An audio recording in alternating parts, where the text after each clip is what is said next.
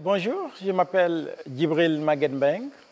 Je suis le directeur d'investissement de Grofin, en même temps consultant indépendant et membre du conseil d'administration de Boulder.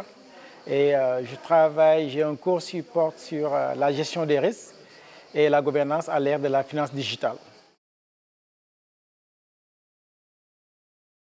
J'ai un cours qui porte sur la gouvernance et la gestion des risques à l'ère de la finance digitale.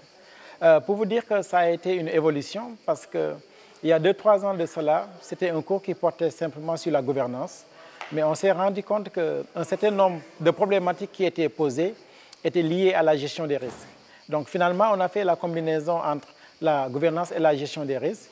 Et avec l'avènement de la finance digitale, les nouveaux risques que nous avons avec les risques liés aux agents, les risques de fraude, les risques de partenariat de réputation, on a élargi un tout petit peu le cours en intégrant un certain nombre d'éléments assez intéressants qui portent sur la norme ISO 31000 sur la gestion des risques, sur le COSO, mais aussi sur un certain nombre de publications qui ont été faites par AFC et Mastercard sur la gestion des risques à l'ère de la finance digitale. Et donc c'est avec des cas pratiques, des exercices de la théorie que nous essayons de dérouler cette formation qui est assez pratique parce qui permet aux participants de connaître les prérequis par rapport à la gouvernance et à la gestion des risques à l'ère de la finance digitale.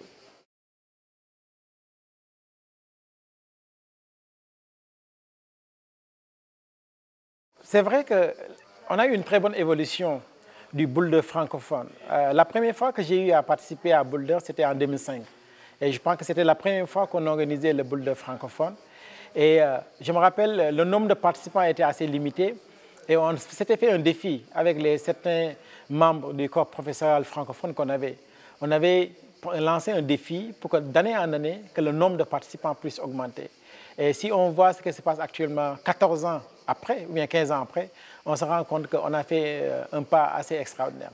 Tant dans le contenu, parce que les professeurs ont eu la possibilité, la chance de contextualiser les contenus, mais aussi d'adapter, de faire la mise à jour du contenu des différents et de l'adapter aux besoins évolutifs des institutions de microfinance et du secteur de l'inclusion financière de par le monde. Donc, on voit que c'est assez extraordinaire le travail qui a été fait depuis. Le nombre même de participants que nous avons depuis lors montre à dessein que nous avons fait un grand pas. L'évolution m'a poussé un peu depuis 2 ans maintenant à faire partie du conseil d'administration de Boulder où j'interviens et je contribue à l'élaboration de la stratégie et voir comment faire pour que le Boulder francophone aussi puisse s'imposer dans le sphère que nous avons actuellement. Et je pense que toutes les réflexions que nous avons faites jusqu'à présent, les innovations, les perspectives qui se dessinent au niveau de Boulder montrent que pour les années à venir aussi, Boulder va continuer à devenir the place to be, si je peux m'exprimer ainsi, lorsqu'on parle de l'inclusion financière, tant au niveau francophone, mais aussi au niveau des autres langages.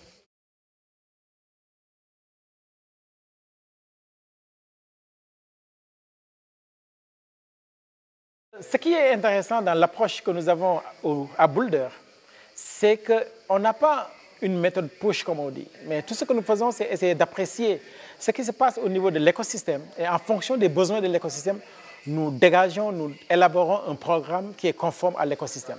Et la finance digitale que nous avons cette année répond un peu à cette problématique.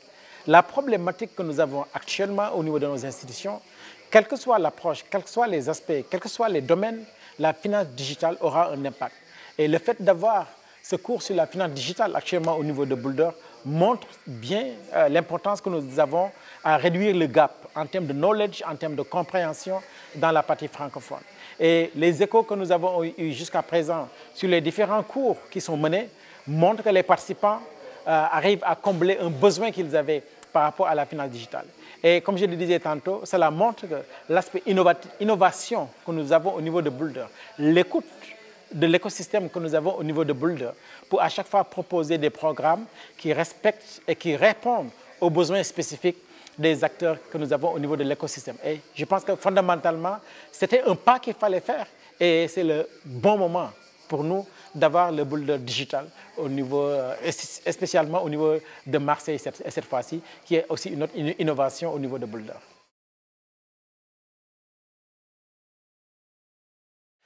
Les leçons apprises d'une session à l'autre, d'une année à l'autre, montre que l'aspect innovation, le fait de cadrer nos interventions sur les besoins des clients, sur les besoins de l'écosystème, ça porte ses fruits.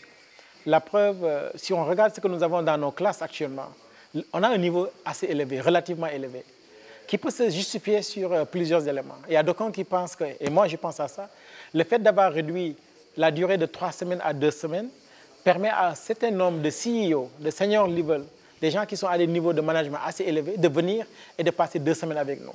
Et on sent dans les discussions ces préoccupations, et ça nous arrange, nous, en tant que Boulder.